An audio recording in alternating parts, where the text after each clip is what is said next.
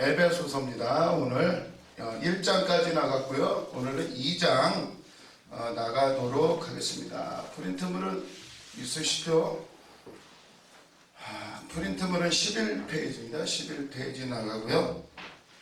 그래서 에베소서 2장. 에베소서는 옥중서신이라고 합니다.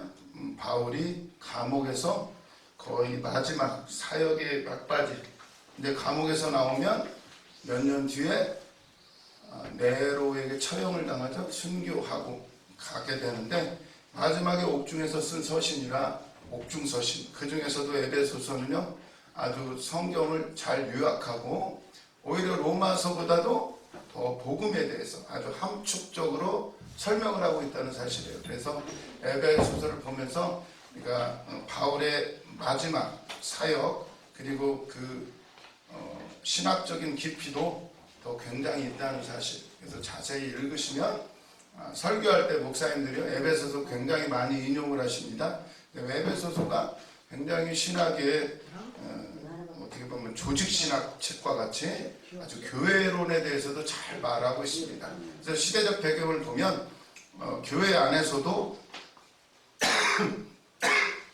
이방인과 유대인들 많이 섞여 있단 말이에요. 섞여 있다 보니까 예수 그리스도 안에서 하나임에도 불구하고 그 사실을 잊고 배경이나 환경이나 출신에 따라서 교회 안에도 세상 속에 있다 보니까 항상 분열의 위험이 있어요. 그때 이제 사도 바울이 감옥에서, 사도 바울은 갇혀 있잖아요.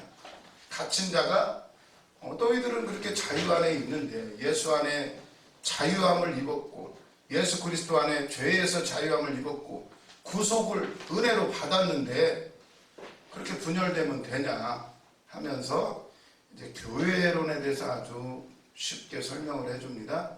예수님이 머리가 되시고 각 지체가 되어서 우리는 합력하여서 선을 이루어야 된다. 예수님이 오신 목적은 만유를 통일하려, 그리스도 안에서 만물을 하나 되게 하시는 게 목적인데, 그 목적을 이루어야 될 증인들이 교회 안에서도 나누어지면 되냐. 그래서 교회론을 아주 정확하게 전개를 합니다. 그래서 바울이 감옥에 갇혀있는 상황에 쓴 거기 때문에 그걸 받아보는, 편지를 받아보는 독자들은 뭘 느낍니까? 제대로 해야지. 우리가 지금 우리 사도 바울은 감옥에 갇혀서도 이렇게 하시는데 우리는 이 자유로운 상황 가운데서 무얼 불평할 게 뭐가 있어요? 하나 되지 않을 수 있는 게 뭐가, 모든 게 다 감사하지. 그래서 이 말씀이 굉장히 설득력이 있습니다. 그래서 1장에서는 하나님의 뜻대로 우리가 신령한 복을 받았다는 것, 선택을 받았고 그 하나님의 예정 가운데 예수 그리스도의 피로 구속함을 받았고, 그리고 때가 되니까 그 실현돼서 성령으로 우리를 인치셨다. 하나님의 것이 되었다. 그거를 이제 1장에서 말씀을 하고 있습니다. 그래서 이제 1장에서는, 왜냐하면 성도들의 정체성, 내가 누군지를 알아야, 하나님의 백성인데 그 사실을 모르니까 이 땅에 살아가면서 세상 사람들하고 똑같이 서로 분열되고 나누고 비교하고 이렇게 세상의 가치관으로 살아가면 안 된다는 것을 이제 얘기를 하죠. 1장에서. 그래서 예수님이 교회의 머리 되셨다. 1장 22절에 나옵니다. 그리고 23절에 교회는 그의 몸이다. 그러니까 한 몸이죠, 예수님하고. 그러니까 교회의 역할은 예수님이 하셔야 될 역할을 이제 이 땅에서 교회가 해야 되는 거예요. 그 얘기를 이제 하고서 그 어떤 우리들의 정체성을 얘기하고 나서 이제 2장으로 넘어가서는요, 너희들이 과거에 어떠한 사람이었는지를 이제 보여줍니다. 과거에 너희들은 다 죄인이었다. 너희들은 죽어 있었다.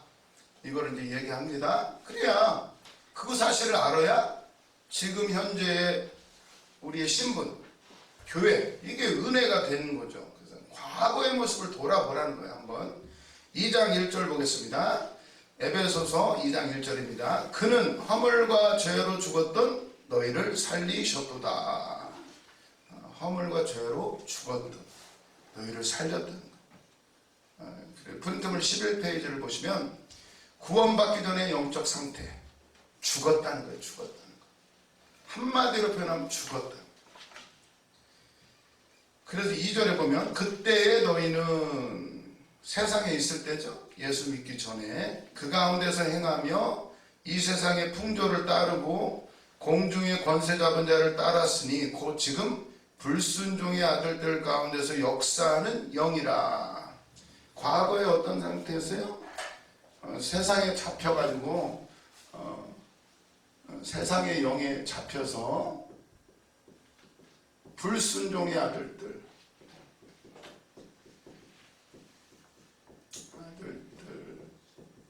불순종의 아들들이라는 단어가 나옵니다. 불순종, 과거의 너희는 불순종의 아들들로 살았다. 역사는 그 영, 세상 공중 권세 잡은 자, 세상 풍조를 따르고. 그래서 보면 아담과 하와가 왜 선악과를 따먹었습니까? 하나님처럼 되고자, 자기가 하고 싶은 대로 살고자 그렇게 한 거죠. 하나님 물론 감사하지만 인간의 욕망은요, 내가 하고 싶은 대로 하고 싶은 거죠. 결국 우리가 세상에서 성공하고 싶고 돈도 많이 벌고 또 권력도 얻고 싶은 이유는 뭡니까? 내 하고 싶은 대로 하려고. 그게 바로 선악과에서 오는 거예요. 내가 내 인생의 주체가 되고 이제 하나님 필요 없고 내가 선악의 기준이 되고 내 멋대로 살아가겠다는 거죠.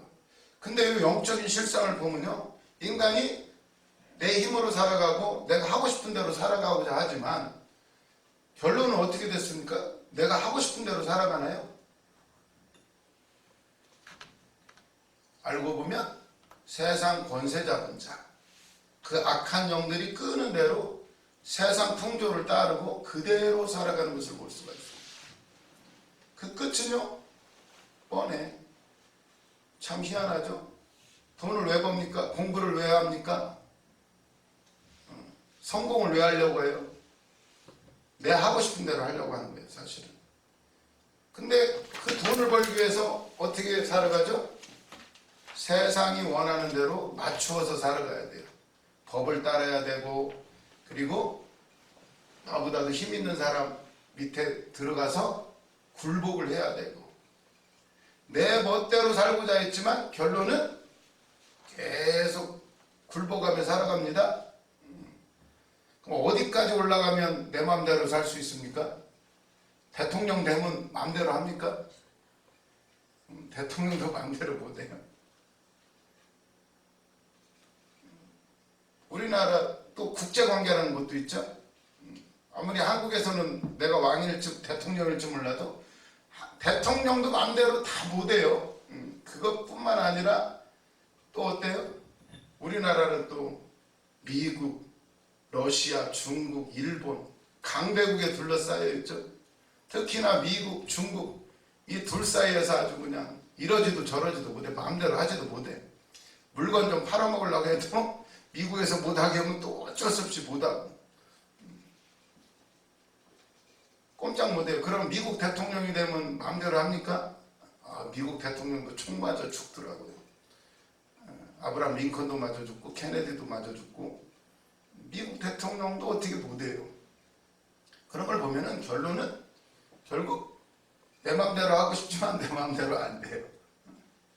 영적인 눈으로 보니까 결국은요, 하나님을 거부한 사람들이 스스로 주인이 되었지만, 프린트문에 나오죠. 2번에 하나님을 거부한 사람들은 스스로 주인이 되고자 했지만 정작 인간은 스스로를 주장하는 것이 아니라 세상 풍속, 공중의 권세 잡은 자를 따른다.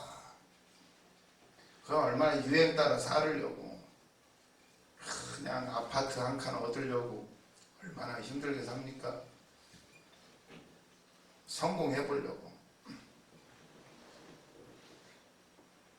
하는데 결국 결론적으로 인간의 신분은요, 하나님 앞에서는 진노의 자녀라는 거예요. 3절에 보면 전에도 우리는 다 그 가운데서 우리의 육체의 욕심을 따라 지내며 육체의 마음에 원하는 것을 하여 다른 이들과 같이 본질상 진노의 자녀이었더니. 옛날 우리의 모습은 결국 불순종의 아들들이고 진노의 자녀. 진노, 하나님의 진노를 받게 되어 있는 저주받은 인생들이라는 거죠. 진노의 자녀 찾아보면 로마서 어디에 나와요? 1장에 나오죠. 로마서 1장 18절부터 보겠습니다.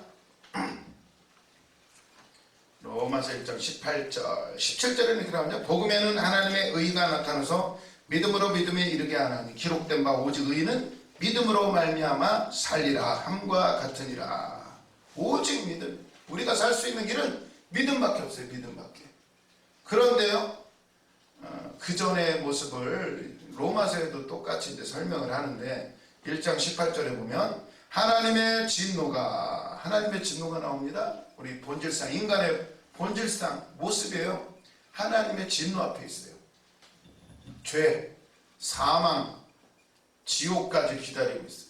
진노 앞에 있는 인간. 18절에 보면 하나님의 진노가 불의로 진리를 막는 사람들의 모든 경건하지 않음과 불의에 대하여 하늘로부터 나타나니 이는 하나님을 알만한 것들이 그들 속에 보입니다. 우리에게는요, 하나님의 인격을 주셨어요. 하나님을 알만한 것들이 이미 이 안에 종교성이라는 것을 주셨어요. 그런데도 몰라봐요. 21절에 보면 하나님을 알되 하나님을 영화롭게도 아니하며 감사하지도 않고 오히려 그 생각이 허망해지며 미련한 마음이 어두워졌나니 스스로 지혜 있다 하나 어리석게 되어 썩어지지 않는 하나님의 영광을 썩어질 사람과 새와 짐승과 기어다니는 동물 모양의 우상으로 바꾸었느니라. 하나님을 알 것 같은데 결국은 뭘로 바꿉니까? 세상의 모든 것들. 세상의 모든 것들은요, 원래 하나님이 창조하시면서 하나님을 알으라고 주신 거예요. 20절에 이렇게 나오죠. 창세로부터 그 보이지 않는 것들 곧 그의 영원한 능력과 신성이 그가 만드신 만물에 분명히 보여 알려졌나니. 이 땅의 모든 것은요, 하늘나라의 모형입니다. 모형. 이 땅의 천지만물을 지으신 이유는 그 속에서 하나님을 발견하고 하나님을 알으라고 주신 거예요. 그러니까 물질을 주신 이유는 하나님의 부유함을 알으라고 준 거예요. 우리에게 건강을 주신 것은요, 하나님의 능력과 힘을 알으라고 주신 거예요. 코끼리, 사자 이런 걸 보면서 뭘 알으라고? 하나님의 크신, 위대하신 그런 걸 보라고 주신 건데 어떻게 만듭니까? 그걸 인간은요, 그걸 보고 하나님을 발견하는 것이 아니라 우상을 만들어요.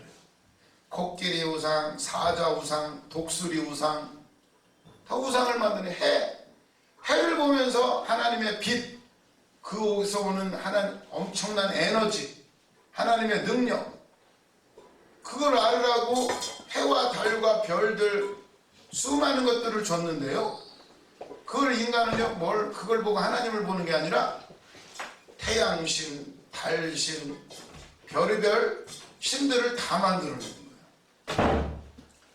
그게 바로 인간의 모습이에요. 진노 앞에 서 있는 인간의 모습. 하나님을 알되 하나님을 영화롭게 안 하고 오히려 어두워지고 미련해져가지고 우상을 만들어요. 썩어지지 아니할 하나님의 영광을 썩어질 것들을 만들어요. 이 땅의 것은 다 모형입니다. 아담도 모형이죠. 오실 자의 모형. 로마서 5장에 나오죠. 로마서 5장 14절. 그러나 아담으로부터 모세까지 아담의 범죄와 같은 죄를 짓지 아니한 자들까지도 사망이 왕노릇하였나니 아담은 오실 자의 모형이다. 예수님은 마지막 아담이 되십니다. 아담이 지은 거 마지막 아담이 오셔서 다 해결을 하시는 거예요. 그래서 이 땅의 모든 것은 다 모형이에요. 우리에게 자녀를 주시는 이유는 뭡니까? 자식을 낳는 것은 그 자식을 낳으면서요, 뭘 느껴요? 하나님의 마음을 느끼라고 주신 거예요. 근데 어떻게 되죠? 그게 우상이 돼. 얼마나 자녀가 귀한지. 자녀보다 귀한 게 있습니까? 없어요. 그래서 우상 중에 우상은요, 모든 신들의 우상은요, 아버지 우상이 있고 마누라 우상이 있고 그 다음에 자식의 우상이 있습니다. 우상의 3요소야. 우상의 기원 다 똑같아요. 그걸 보고 하나님을 알으라고 한 건데요, 전부 우상으로 바꿔. 이게 인간의 본성이에요.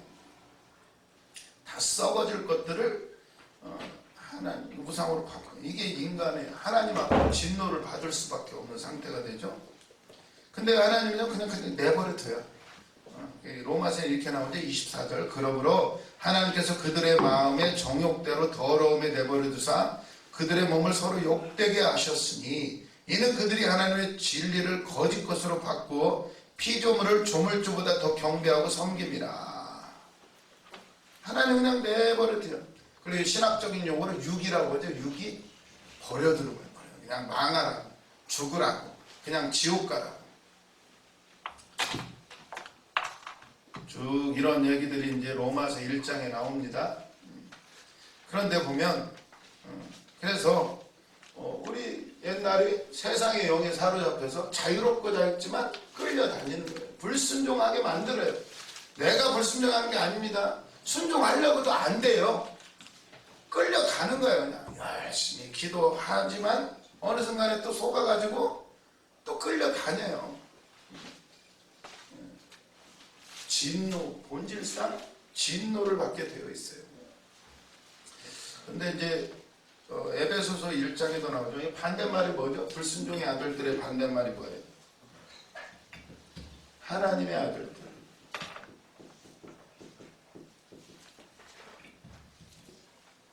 진노의 자녀, 뭐로 바뀌겠어요? 하나님의 아들들이 어디에 나오죠? 에베소서 1장에 나옵니다. 너희들은 1장 5절에 보면 4절부터 볼게요. 너희들은 신령한 복을 받았다. 3절에 보면 찬송하리로다. 하나님 곧 우리 주 예수 그리스도의 아버지께서 그리스도 안에서 하늘에 속한 모든 신령한 복을 우리에게 주시되. 우리는 신령한 복, 어떤 복? 신령한 복은 4절에 곧 창세전에 그리스도 안에서 우리를 택하사. 이렇게 진노의 자녀, 불순종의 아들들이었는데 택함을 받은 거예요. 택하사 우리로 살아가서 그의 앞에서 거룩하고 흠이 없게 하시려고 5절 그 기쁘신 뜻대로 우리를 예정하사 예수 그리스도로 말미암아 자기의 아들들이 되게 하셨으니.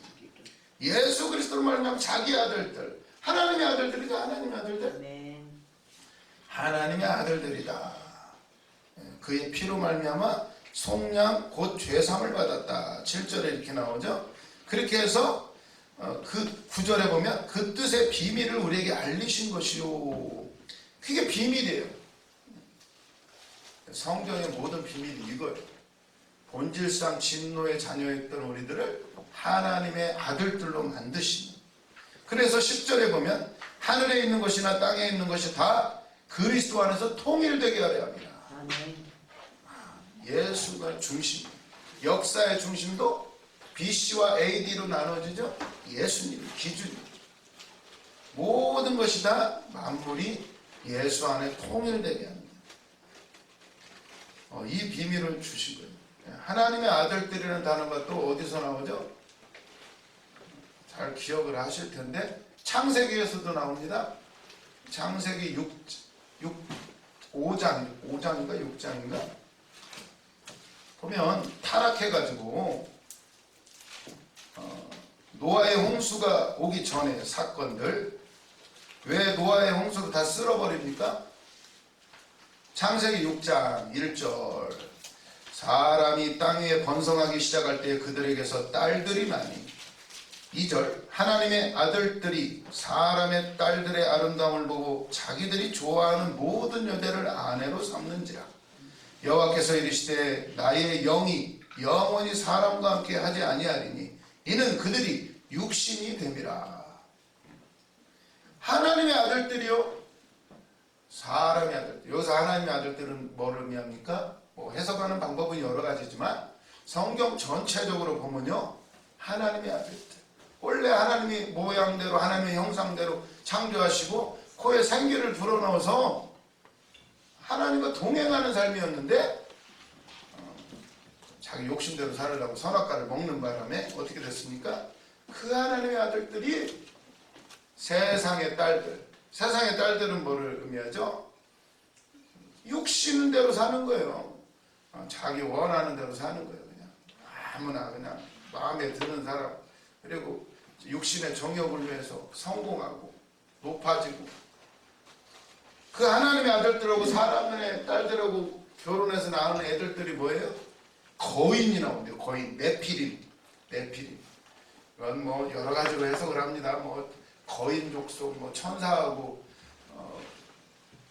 관계를 맺어갖고 그때 뭐 거인이 나왔다, 이렇게도 볼 수가 있지만, 하나님의 그 엄청난 영광을 육신적인 것하고 결합이 되니까 어떻게 되죠? 세상에서 힘센 사람, 능력 있는 사람, 하나님이 주신 그거 가지고 육어고 합쳐지니까 어떻게 되죠?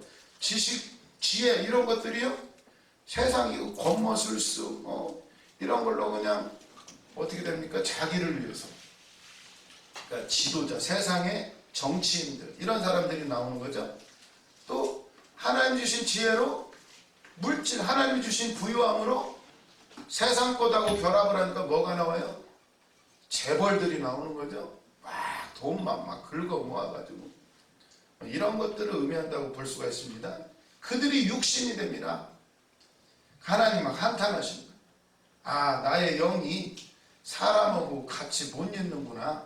막 자꾸 육신으로 가요.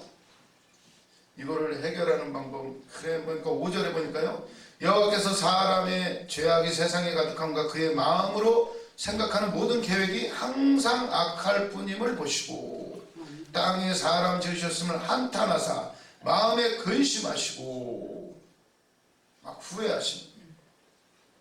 안 되겠다. 이게 하나님의 아들들이 육적인 거는, 육신적인 거 결합을 해버리니까 계속 모든 게 다 악한 것만 나오는 거예요. 세상이 다 악으로 가득 차게 생겼어요. 안 되겠다. 후회하시고 근심하시고. 원래 창세기 1장에서는 뭐라고 나왔죠? 좋았더라, 보시기에 좋았더라, 시임이 좋았더라 막 나오는데, 이제는 좀 한탄하시고 근심하시고 반대가 돼버렸죠. 근데 희망이 있습니다. 창세기 6장 8절에 그러나 노아는 여호와께 은혜를 입었더라. 은혜. 그 중에도 은혜가 있어요. 하나님의 은혜. 그래서 로마서에 뭐라고 나오죠? 죄가 더한 곳에 은혜가 더욱 넘쳤나니. 우리 살 길은요, 은혜예요. 은혜. 홍은혜 강사님이 계시네. 은혜. 살 길은 은혜. 은혜밖에는 살 길이 없어요. 그래서 노아, 이게 무슨 얘기가 아니라, 이거 노아는 은혜를 입었다라고 나오잖아요. 노아, 히브리어로 노아라는, 제가 히브리어를 몰라가지고 심세영 교수님이 계시면 참 좋은데, 노아라는 단어를요 거꾸로 읽잖아요. 그러면은 헨이라는 단어가 된대요. 노아 이렇게 되는데 거꾸로 하면 헨 이렇게 되는 거예요. 그래, 이게 헨이라는 단어는 은혜라는 뜻이에요. 은혜. 노아라는 이름을 거꾸로 해서 발음하면요 은혜가 돼요. 은혜. 참 재밌죠? 성경은요, 성경은 짝이 있고 알파와 오메가가 되시고 좀 신기해요. 노아 이름 자체가 은혜예요. 그냥 은혜. 거꾸로 읽어도 은혜예요. 노아라는 뜻은 안식이라는 뜻이죠. 안식을 얻었다. 안식이라는 단어를 거꾸로 바꾸면 은혜가 되는 거예요. 은혜가, 하나님의 은혜 없이는 안식은 없습니다. 인생은 항상 고민하고 걱정하고 싸워야 되고 결국 그 끝은 사망이에요. 그러나 은혜를 입은 노아는요 안식을 누립니다. 결국 노아만 방주에 들어가죠. 노아와 그 식구들 방주에 들어가서 비 내리고 막 다 떠내려갈 때 배 안에서 안식을 누린다. 하나님이요, 방주도요, 하나님이 딱 그 치수까지도 다 알려주시죠. 상중하 3층으로 하고 고는 몇 규빗, 길이는 몇 규빗 딱 하는데요. 와, 창조과학 하시는 분이 알려주시더라고요. 그 방주는요, 방주라 하면 뭐죠? 동력이 없는 게 방주입니다. 왜냐하면 비가 왕창 올 건데 배는 이렇게 뾰족하게 돼 있잖아요. 그런 배는요, 만약에 그 비가 올 경우 막 풍랑이 일고 그러면 앞으로 나가는 데는 좋은데 배는 어때요? 넘어지겠죠? 넘어지기 쉬운 거예요. 그래서 하나님은 방주를 만들어요. 딱 네모지게. 그래서 실험을 해봤대잖아요. 이 네모진 것도 중요한데요. 폭풍이 치고 파도가 칠 때요. 어떻습니까? 배를 만드는 게 이게 엄청나게 과학이 필요한 건데 만약에 빡 이게 파도가 쳐버리잖아요. 그러면 옆에가 부러지기가 쉽대요. 그 엄청난 힘에 배가 부서지기가 쉬운데 또 그런 것도 있고 중요한 거는 아무리 방주를 만들어도요. 파도가 이리 저리 치고 할 때 만약에 배가 빙글빙글 돌아가잖아요. 이리 치고 저리 치고 하면 이건 이거 방향타도 없으니까 막 빙글빙글 돌아갈 거 아니에요. 그러면요. 아무리 방주 안에 들어가도 멀미로 죽습니다. 사람이. 그니까요. 그러면 신기하게도요. 이거 그대로 해봤대잖아요. 딱 모형을 만들어 가지고 하나님이 만들어 주신 그 사이즈로 비율로 똑같이 하면은 방주가 이런 사이즈가 되죠. 아이고 그림을 잘 못 그리네. 이렇게 하면요. 그대로 실험을 해봤더니 아파트 10층 높이 되는 파도가 올지라도 방주가 그대로 있대요. 빙글빙글 안 돌아간대요. 조금만 그 치수가 달라도 막 빙글빙글 돌아가가지고 그 안에 들어가도 죽는데요. 근데 딱 성경대로 하면요. 배가 가만히 있대요. 그리고 아무리 파도가 쳐도요. 옆에서 때려도요. 안 부서진대요. 이게 그렇게 정확하대요. 노아는 은혜를 입었더라. 노아의 방주는 결국 뭘 의미합니까? 예수 그리스도 교회를 의미해요. 교회 안에. 말씀 안에 들어가 있을 때 세상에 어떤 파도가 밀려오고 아무래도 그 안에서만은 안식을 누리고 그 안에서만은 평안을 누릴 수 있고 흔들리지 않아요. 그런 과학적으로도 증명이 됐다는 거예요. 노아 이름 안에도 하나님의 은혜가 들어가 있고요. 이거 하나하나 알면 얼마나 재밌는지. 아무튼 다시 넘어와서 하나님의 아들들이 여기에 나왔었죠. 세상의 딸들하고. 그러니까 우리도 어떻게 됩니까? 우리는 하나님의 아들들이에요. 하나님의 자녀야. 세상의 딸들이라면 세상의 생각들하고 이게 만나면 안 돼요. 이제 어떻게든 이제 세상에 갖고 왔던 건 다 버려야 돼요. 그래야 진짜 잘해야 됩니다. 이게 근데요. 예수 믿으면서 하나님한테 능력받고 은사 받았는데도 세상의 생각들하고 결합하면요. 더 큰 괴물이 나옵니다. 그럴 것 같은데 그게 더 문제예요. 은사 능력 다 받았는데 아직도 세상적인 거 안 버리면 뭐가 되죠? 이단 교주가 돼요. 교주가 돼. 능력 나와요. 역사도 나와요. 그런데 결국은 큰일 납니다.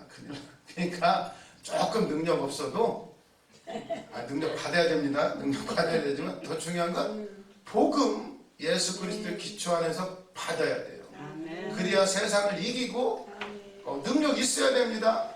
아무리 알아도 비리비리 하면은요 성장해야 돼요. 믿음이 성장해야 돼요. 성장이 없고 힘이 없으면요 아무리 알면 뭐합니까? 애기 상태면 뭐예요?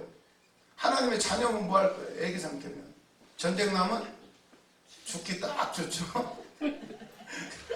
성장해야 되고 힘을 길러야 되고 전신갑주로 머리에 전신갑주라고 하니까 뭐 막 또 헬스장 다니시지 말고 몸에 좋은 거 많이 먹어도 좋겠지만 그거보다도 구원의 투구를 쓰고 의의 흉배를 붙이고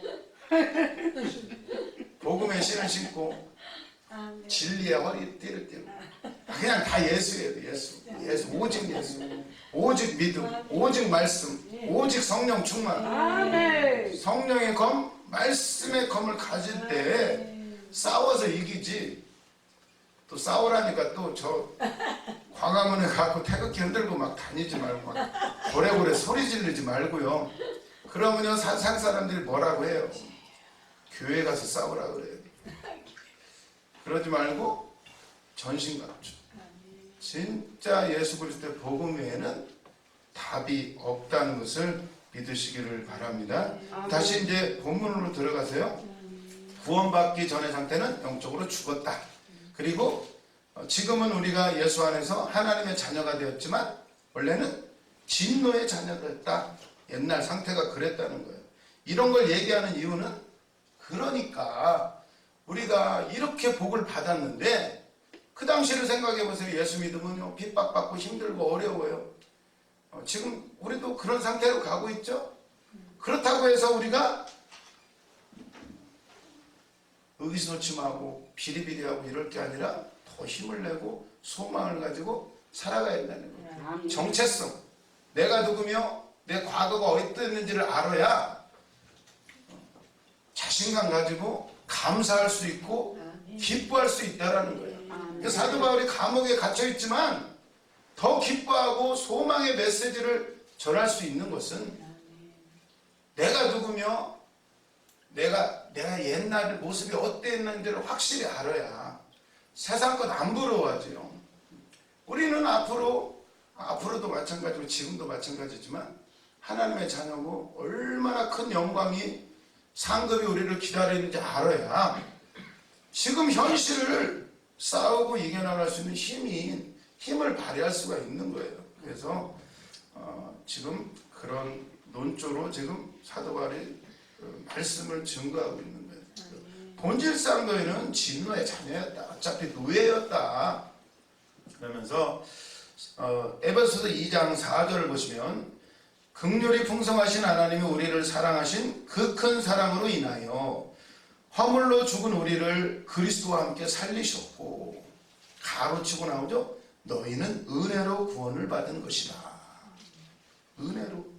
마치 노아가 은혜를 입어서 방주 안에 들어가서 사는 것처럼 너희는 은혜로 구원을 받은 것이다. 6절 또 함께 일으키사 그리스도 예수 안에서 함께 하늘에 앉히시니 그것뿐만이 아니죠. 함께 일으켜 세워갖고 그리스도 예수는 함께 하늘의 보좌에 앉았다는 거예요. 지금 예수님 어디 계셔요?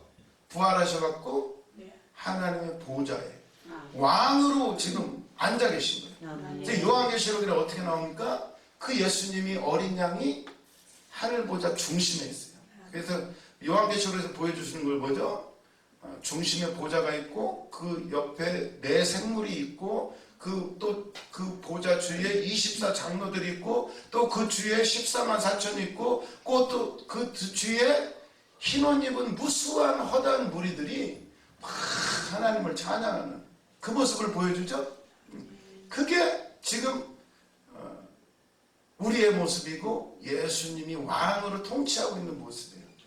이 땅에는요 막 로마 황제가 막 예수 믿는 사람들 다 때려 죽이고 막 핍박하고 막 힘으로 얼마나 위협을 하는데 사실은 실상은 하늘의 모습. 우리는 하나님의 백성이고 하나님의 자녀고 왕 같은 제사장들이라는 모습을 막 요한계시록에서 보여주는 거예요. 그래서 보면 예수님이 하나님 보좌에 앉아있다. 이거는요 또 엄청난 의미가 있습니다. 히브리서 하나님의 보좌에 앉아있다. 히브리서 10장 12절. 히브리서 10장 12절을 찾아보시면요.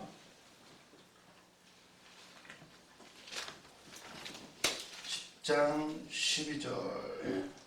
이게 보시면 히브리서 10장 10절부터 보시면 이 뜻을 따라 예수 그리스도의 몸을 단번에 들이심으로 말미암아 우리가 거룩함을 얻었노라. 제사장마다 매일 서서 섬기며 자주 같은 제사를 드리되 이 제사는 언제나 죄를 없게 하지 못하거니와 오직 그리스도는 죄를 위하여 한 영원한 제사를 드리시고 하나님 우편에 앉으사. 그럼 예수님이 하나님 우편에 앉아 계시죠?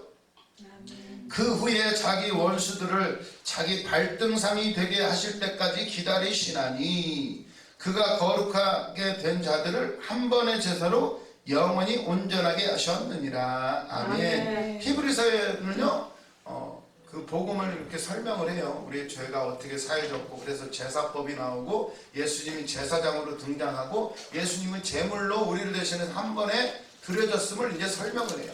그래서 예수님은 영원한 제사장이시고 영원한 제물 한 방에 다 끝냈다.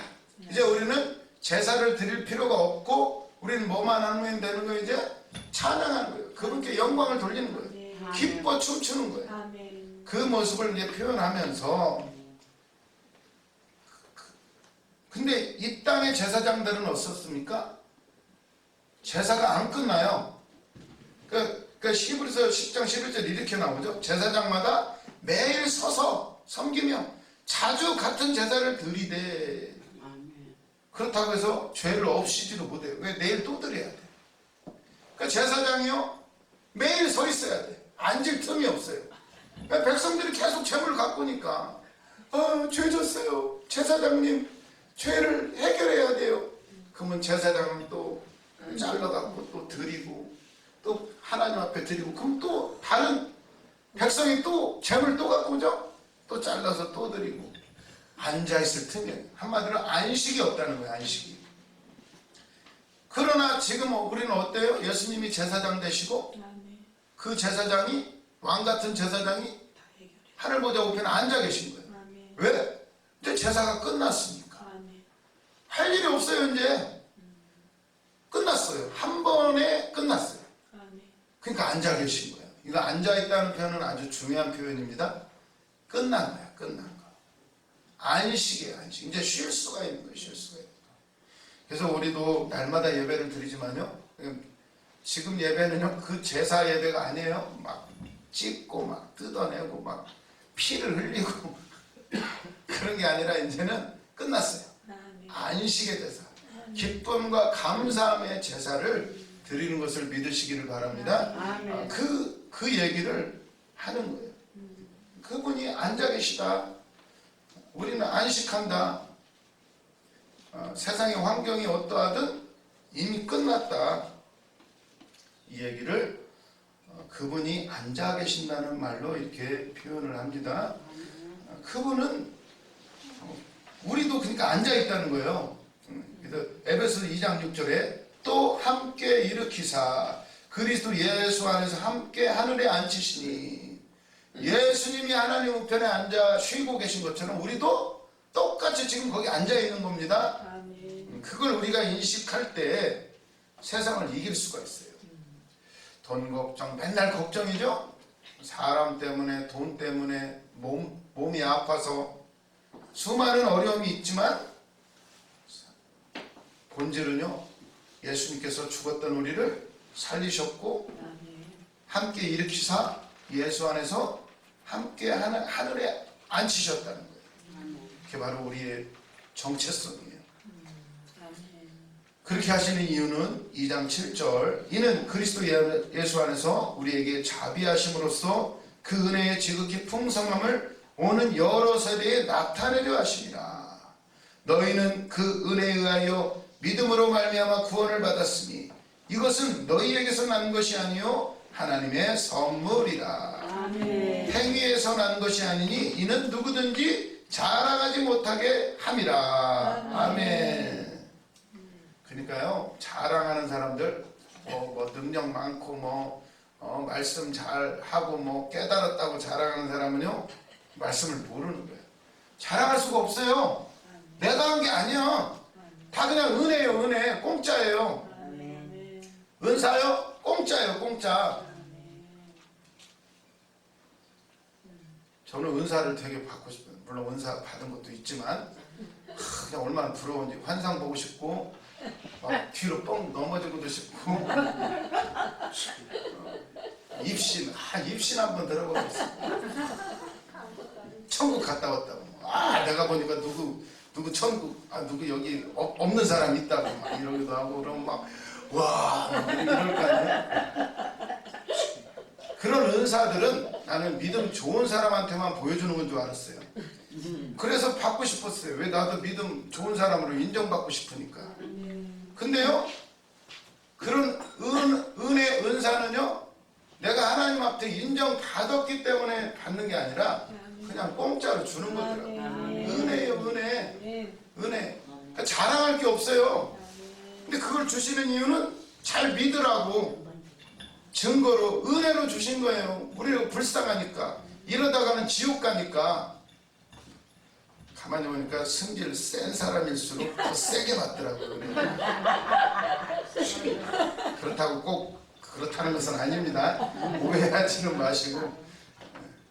근데요, 그렇다고 또 안 받으면 착하다는 것도 아닙니다. 받아야 됩니다. 장단점이 있어요. 사도 바울을 보세요. 세잖아요.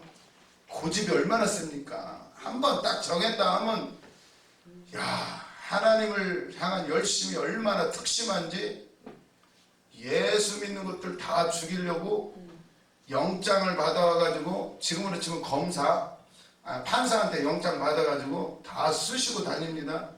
아주 그냥 전 세계 어디든지 예수 믿는 사람만 있으면 가서 죽이는, 야, 이 고집과 열심을 따라가는 사람이 세상에 없어요.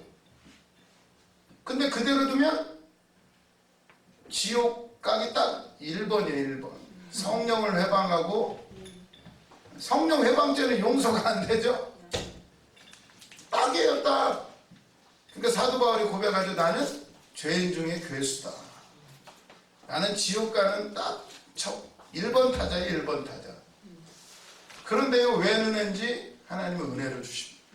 예수님이 직접 들어오셔요. 누구 말도 안 들어요.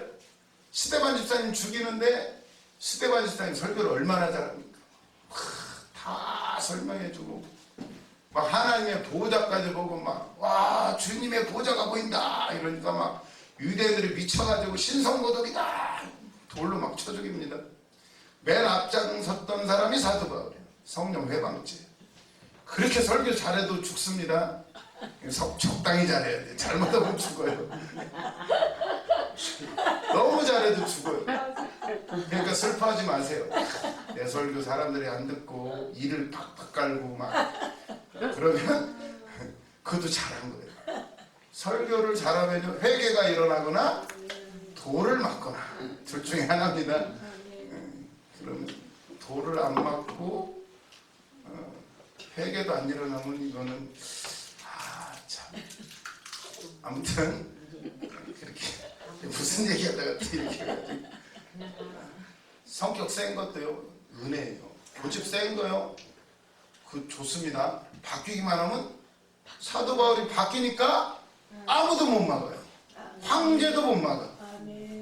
재판받으러 가서도 나처럼 묶인 거 외에는 다 나같이 되기를 원합니다. 아니 자기 변호하는 게 아니라 거기 가서 복음 전해요.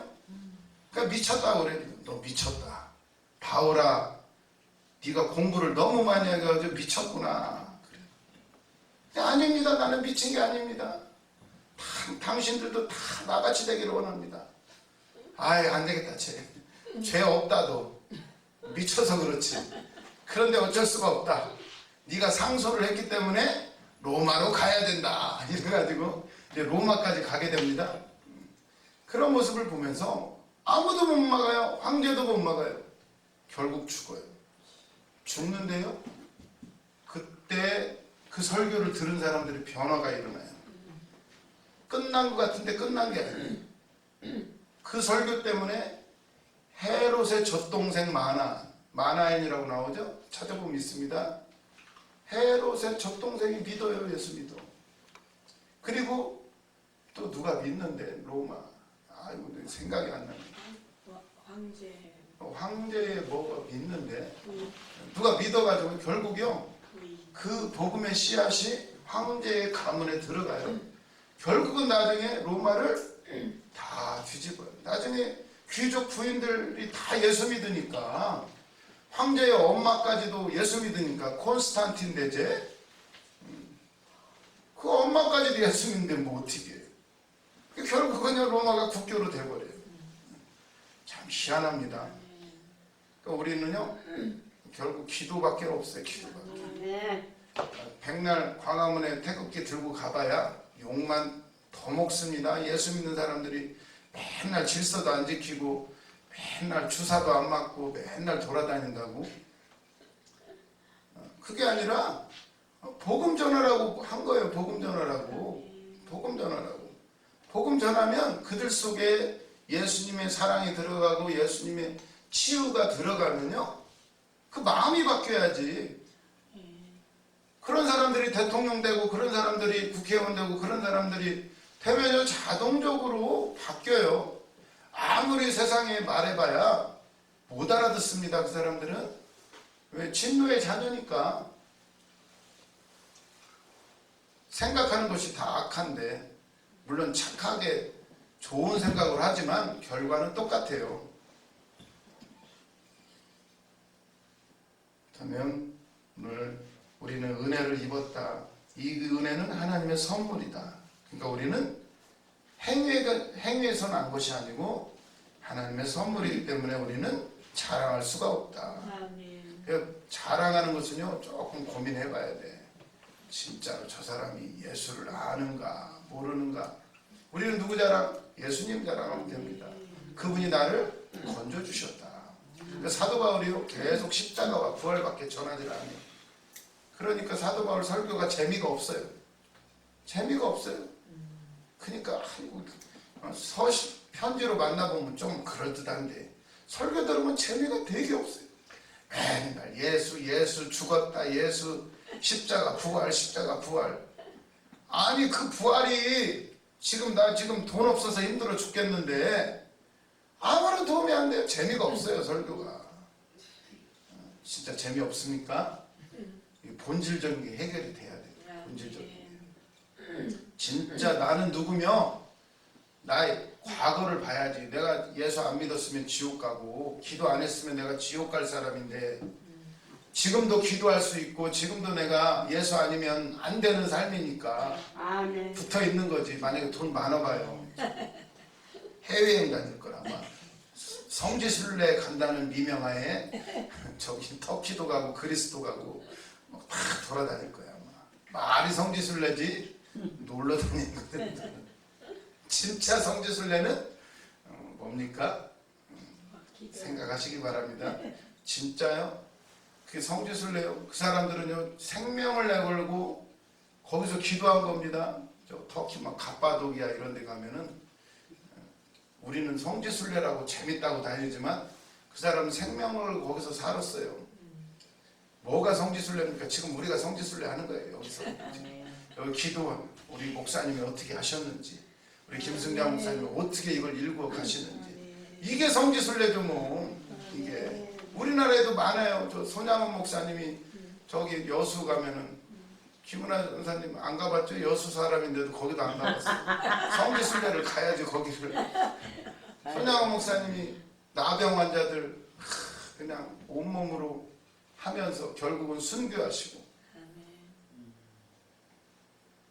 저도 가봤어야 되는데 오동도만 갔다 왔네. 오동도. 성지순례를 가야 돼. 성지순례 가자고 해야겠네 목사님.